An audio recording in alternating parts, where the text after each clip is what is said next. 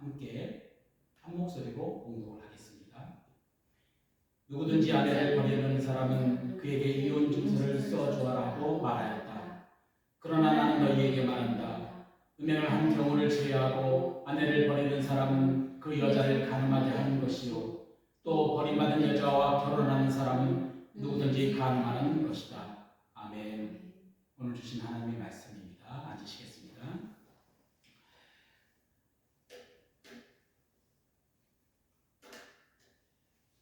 오늘 말씀은 주제는 한 몸을 이루십시오라는 주제 말씀으로 이 말씀을 전하겠습니다.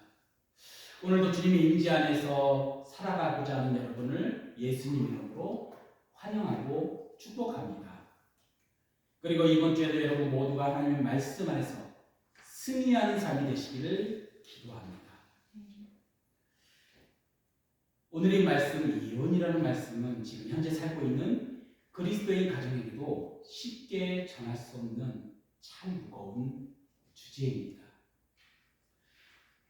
오늘 말씀 지금 또한 그래서 오늘 이 두 절에 계속 말씀을 계속 읽고 묵상하면서 주님이 이 말씀을 어떻게 전해야 합니까라고 주님께 지혜를 구할 수밖에 없는 답답함이 있었습니다.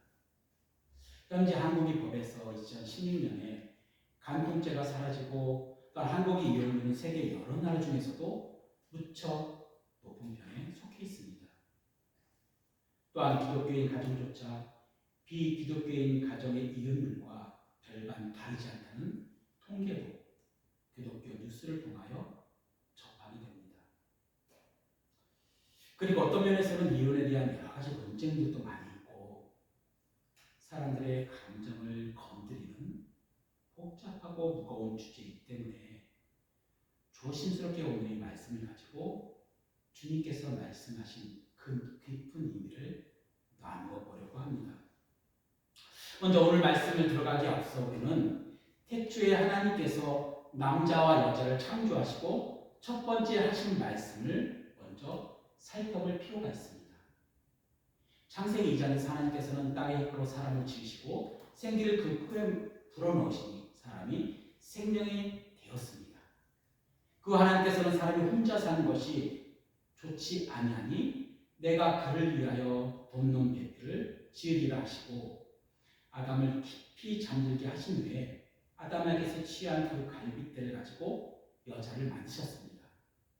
그리고 하나님께서는 이렇게 말씀하셨습니다. 바로 창세기 2장 24절에 이러므로 남자가 부모를 떠나 그의 아내와 합하여 둘이 한 몸을 이룰지로다 라고 말이죠. 그런데 아담과 하와는 모든 인류의 처음 사람이었기 때문에 부모가 존중을 하는 존재가 없었습니다. 그래서 가끔 유머처럼 아담에게 과연 배꼽이 있는가 없는가 많은 논쟁이 되기도 했었지요. 그리고 이 배꼽의 유무는 우리는 알 수 없지만 하나님만이 아실 것입니다. 그런데 오늘 이 말씀을 보면 남자가 부모를 떠나라고 하나님께서 말씀하고 계십니다. 이 말씀은 그의 아내와 한 몸을 이루기 위해서는 먼저 그 부모를 떠나야 하는 것이 시작이라고 하신 것입니다. 그리고 반대로 말하면 남자가 그 부모를 떠나지 않았다면 아직 아내와 한 몸을 이루지 못했다는 의미가 되지요. 그러므로 이 말씀은 하나님께서 모든 인류에게 하시는 말씀이며 경제적이든 정서적이든 부모를 떠나는 것이 선행되어야만 돕는 배필인 아내와 한 몸을 이룰 수 있다는 것을 의미합니다. 또한 최초의 결혼은 사람이 만든 것이 아니라 아담과 하와를 통해 하나님께서 만드신 가장 작은 사랑과 믿음의 공동체였습니다. 그리고 그 결혼식의 주제는 당연히 하나님이셨고 하나님께서 친히 그 언약의 증인이 되셨습니다. 그러므로 결혼은 하나님과 사람과의 그 거룩한 사랑의 관계가 무엇인지를 우리에게 가르쳐 주시기 위해 만드신 표징이며 우리를 향하신 하나님의 사랑, 바로 예수 그리스도의 그 십자가 사랑을 결혼이라는 관계를 통해 이 땅에서 하나님 나라를 경험하게 하는 통로가 됩니다. 바로 내가 그리스도와 함께 십자가에 죽었고 내가 사는 것이 아니요 오직 내 안에 그리스도께서 사는 곧 나는 죽고 예수 사는 한 몸 된 믿음의 공동체를 이루어가게 된다는 것입니다. 그러므로 예수님께서도 그 앞에 있는 기쁨 위하여 십자가를 참사 그 벌거벗음이 부끄러움을 개의치 아니하시고 하나님 보좌 우편에 앉으셨습니다. 바로 25절에 하나님과 그의 아들 두 사람이 벌거벗었으나 부끄러워하지 아니하리라고 기록하고 있는 것처럼 말입니다. 그럼 오늘 본문 말씀을 한번 들어가 보겠습니다. 31절에 이렇게 써 있습니다. 누구든지 아내를 버리려는 사람은 그에게 이혼 증서를 써주어라 하고 말하였다라고 예수님께서는 그 시대의 서기관과 바리새인들에게 말씀하고 계십니다.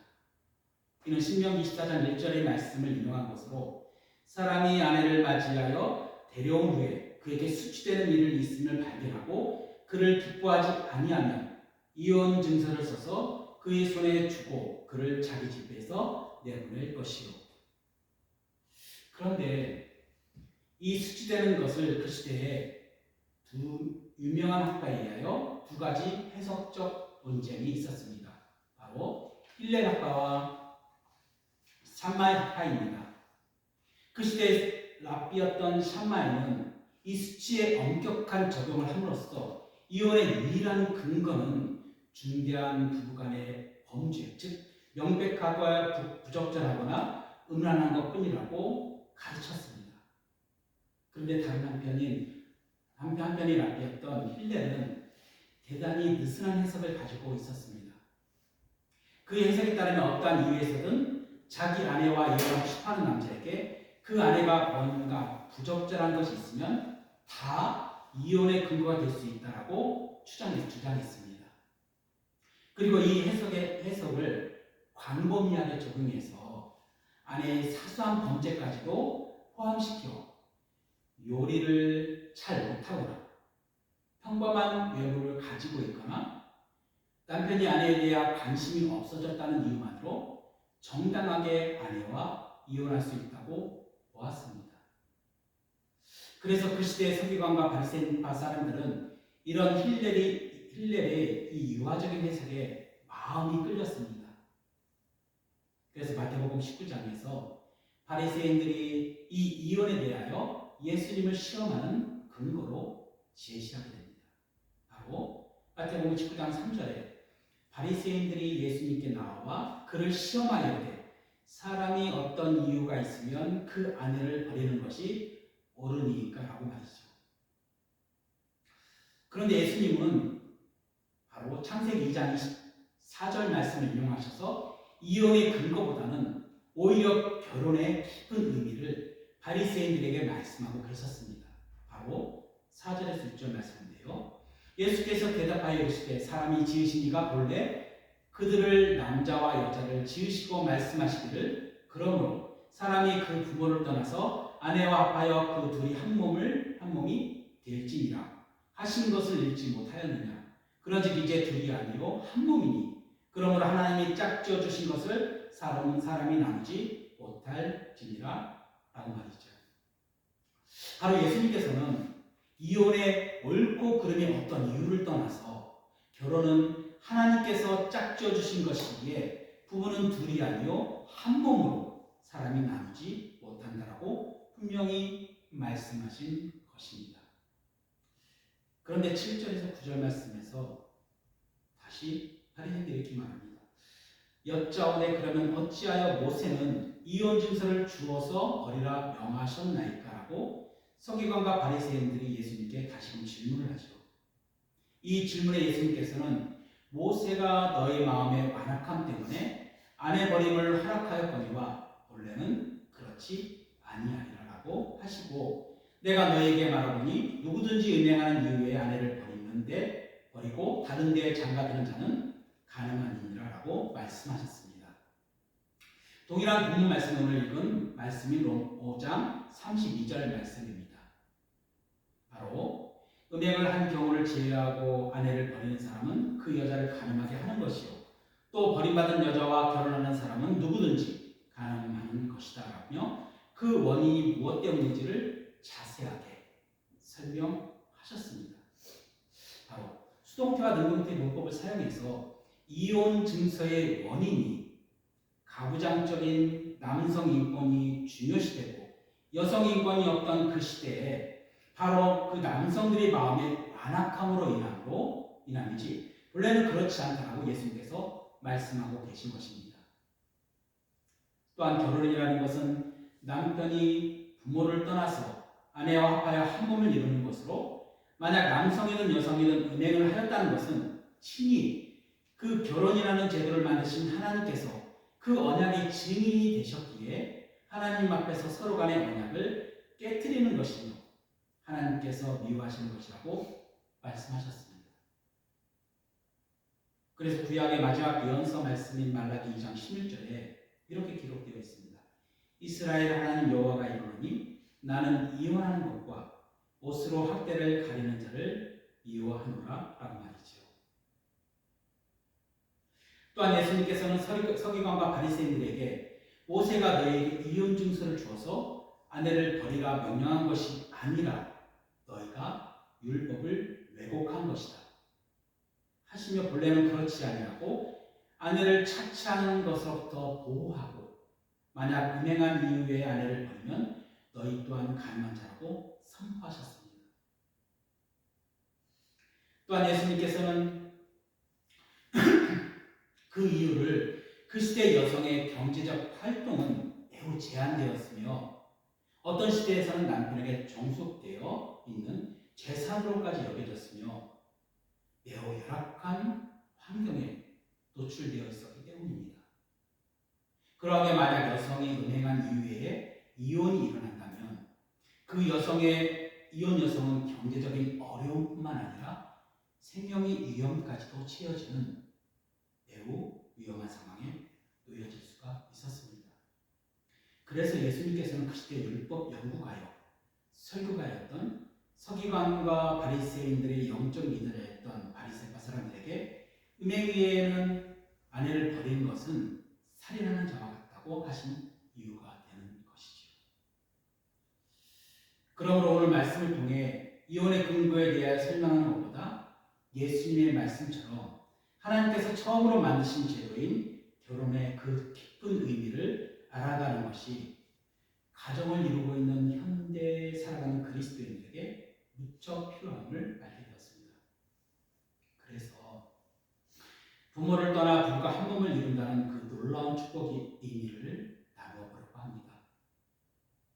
보통적으로 교회는 5월 가정의 달을 맞이하면 부부에 대한 말씀을 선포할 때 에베소서 말씀이나 골로새서 말씀을 많이 인용하여 말씀을 선포합니다. 그리고 가장 많이 인용하는 말씀이 에베소서 5장 21절에서 33절 말씀입니다. 한번 이 말씀을 찾아보겠습니다. 한번 찾아보실까요? 에베소서 5장 22절에서 33절 말씀입니다. 페이지 신약성경 315페이지입니다.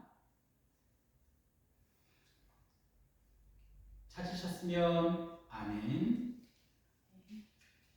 약간 길지만 제가 한번 천천히 봉독하겠습니다. 아내들이여 자기 남편에게 복종하기를 주께 하듯 하라. 이는 남편이 아내의 머리됨이 그리스도께서 교회의 머리됨과 같음이니 그가 바로 몸의 구주시니라. 그러므로 교회가 그리스도에게 하듯 아내들도 범사에 자기 남편에게 복종할지니라. 남편들아 아내 사랑하기를 그리스도께서 교회를 사랑하시고 그 교회를 위하여 자신을 주신 같이 하라. 이는 곧 물로 씻어 말씀으로 깨끗하게 하사 거룩하게 하시고 자기 앞에 영광스러운 교회로 세우사 티나 주름 잡힌 것이나 이런 것들이 없이 거룩하고 흠이 없게 하려 하심이라. 이와 같이 남편들도 자기 아내 사랑하기를 자기 자신과 같이 할지니 자기 아내를 사랑하는 자는 자기를 사랑하는 것이라. 누구든지 언제나 자기 육체를 미워하지 않고 오직 양육하여 보호하기를 그리스도께서 교회에게 함과 같이 하나니 우리는 그의 몸의 지체이니라. 그러므로 사람이 부모를 떠나 그의 아내와 합하여 그 둘이 한 육체가 되지니 이 비밀이 크도다. 나는 그리스도와 교회에 대하여 말하노라. 그러나 너희도 각각 자기 아내 사랑하기를 자신같이 하고 아내를 자기 남편을 존경하라. 이처럼 결혼에 대해 한 몸된 부부간의 관계가 주님께서 친히 우리를 지체로 세우신 교회와 같으며 한 몸을 이루게 되는 그리스도와 교회를 예표한다고 사도 바울은 말합니다. 그래서 남편이 아내를 사랑하는 그 사랑을 통해 조금이나마 우리를 향한 예수님의 그 십자가 사랑을 경험할 수 있으며 남편을 향한 아내의 순종을 통해 예수님께서 기뻐하시는 순종의 삶을 배우는 또한 경험하게 된다는 것이죠. 그런데 창세기에 아담과 하와가 선악을 알게 하는 나무의 열매를 먹음으로 인해서 창조주 하나님에 대하여 반역의 죄를 일으키게 되었습니다. 잘 알고 계시죠? 그리고 아담의 말을 통해서 하나님께서 만드시지 않는 이 현재 이혼이라는 제도가 우리의 삶에 왜 이렇게 깊숙이 들어와 있는지 그 이유를 알게 됩니다. 바로 창세기 3장 10절 말씀에 아담이 이르되 하나님께서 주셔서 나와 함께 있게 한 여자 그가 그 나무 열매를 내게 줌으로 내가 먹었나이다. 이 말씀의 구절에 따르면 하나님께서 만드신 가장 작은 사랑과 믿음의 공동체인 가정을 깨뜨리는 그 원인은 바로 아담 자신의 잘못을 하나님과 그의 아내인 하와에게 그 책임을 전가했던 잘못이었습니다. 하나님께서 하와를 만드시고 아담에게 데려왔을 때 아담은 분명히 내 뼈 중에 뼈요 살 중에 살이라고 고백했습니다. 바로 부부는 한 몸이라는 고백이었습니다. 또한 벌거벗어도 부끄러워하지 아니한 관계가 허물로 죄로 인하여 하나님의 낯을 피하여 동산나무에 숨게 되었고 3장 10절에 창세기 3장 10절에 눈이 밝아져 자기들이 벗은 줄을 알고 무화과 나무 잎을 엮어 치마로 삼았습니다. 바로 하나님 앞에서 서로 간에 옳고 그름의 허물이라는 죄가 생겨나는 것입니다. 그리고 이 허물과 책임 전가는 그래서 결혼하는 제도에 깊숙이 침투해 들어와 한 몸됨이 아닌 이혼이라는 깨어진 관계를 낳게 되었습니다.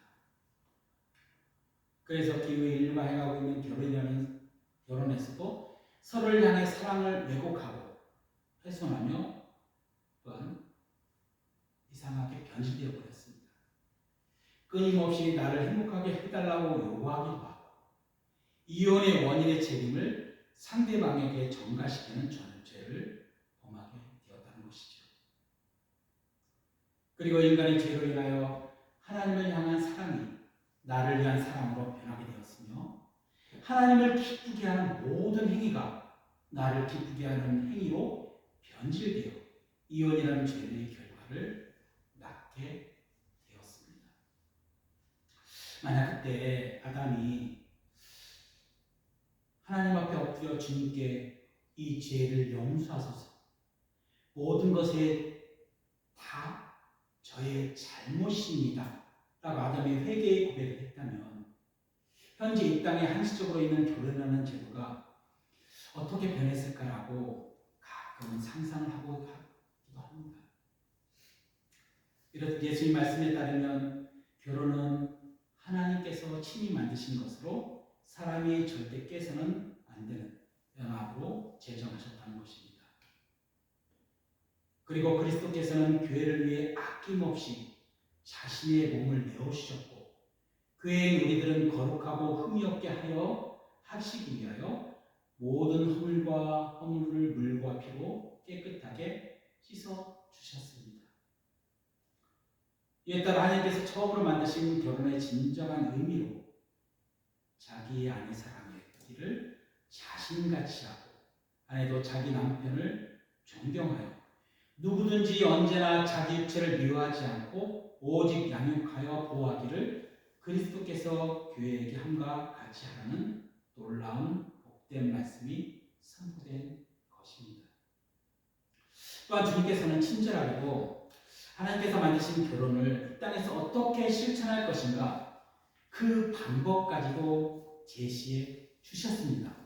바로 고린도전서 7장 1절에서 16절 말씀과 베드로전서 3장 1절의 말씀입니다. 고린도전서 7장 4절의 말씀에서 보면 아내는 자기 몸을 주장하지 못하고 오직 그 남편이 하며 남편도 그와 같이 자기 몸을 주장하지 못하고 오직 그 아내가 하나니라고 말씀하십니다.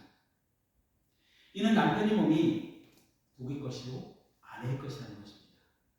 그리고 아내의 몸은 남편만이 주장할 수 있으니 자기 자신을 사랑하는 것보다 더 사랑하게 되는 사랑과 믿음의 연합이 이루어진 한 몸이 된다는 것입니다. 더 나아가 복음과 구원이라는 놀라운 복된 말씀까지도 확대됩니다. 바로 12절 13절 말씀에 만일 어떤 형제에게 믿지 아니하는 아내가 있어 남편과 함께 살기를 좋아하거든 그를 버리지 말며 또 어떤 여자에게 믿지 아니하는 남편이 있어 아내와 함께 살기를 좋아하거든 그 남편을 버리지 말라 하셨습니다. 그 이유는 16절에 아내 된 자여 내가 남편을 구원할지 어찌 알 수 있으며 남편 된 자여 내가 아내를 어떻게 구원할지를 어찌 알 수 있으리라고 말이죠. 바로 서로 사랑함의 결과로 복음의 능력이 나타나고 나중에 구원의 은혜까지 이루어지는 축복이 임하게 된다는 것입니다. 어디서요? 가정 안에서요. 또한 같은 의미로 베드로전서 3장 1절 말씀에 아내들아 이와 같이 자기 남편에게 순종하라. 이는 말씀을 순종하지 않는 자라도 말로 말미암지 않고 그 아내의 행실로 말미암아 구원을 받게 하려 함이라 라고 말씀하시며 아내의 순종과 존경의 행실로 인하여 남편은 그 아내를 보고 주께서 교회를 사랑하듯 아내를 사랑하며 구원을 받게 된다는 것입니다. 그리고 이 한시적인 결혼제도의 완성은 하나님 나라에서 신랑이신 그리스도와 신부인 교회를 통해 이루어집니다. 요한계시록 21장 9절 말씀에 이 신부를 어린 양의 아내라고 표현하고 있으며 22장 17절 말씀에 성령과 신부라고 말씀하신 그 성령의 신부는 성령의 임재 안에 있는 모든 그리스도인들을 말하고 있습니다. 하나님께서는 예수 그리스도의 십자가 사건을 통해서 모든 인류에게 사랑과 용서의 은혜를 베푸셨으며 주님께서 세우신 교회를 통하여 한 몸된 믿음의 공동체를 세우셨습니다. 그러므로 오늘 말씀을 통하여 하나님께서 만드신 이 한시적인 결혼 제도는 영원한 하나님 나라에서 신랑이신 예수 그리스도와 신부인 교회가 한 몸을 이루게 되는 놀라운 복이 숨겨져 있다는 것입니다. 이 천국의 복을 먼저 이 땅 가운데 다 누리시기를 예수님 이름으로 축복합니다. 또한 신랑이신 그리스도와 한 몸을 이루어 살아가는 여러분이 되시기를 예수님의 이름으로 기도합니다. 봉헌 찬송 317장 찬송을 들으신 후에 헌금 기도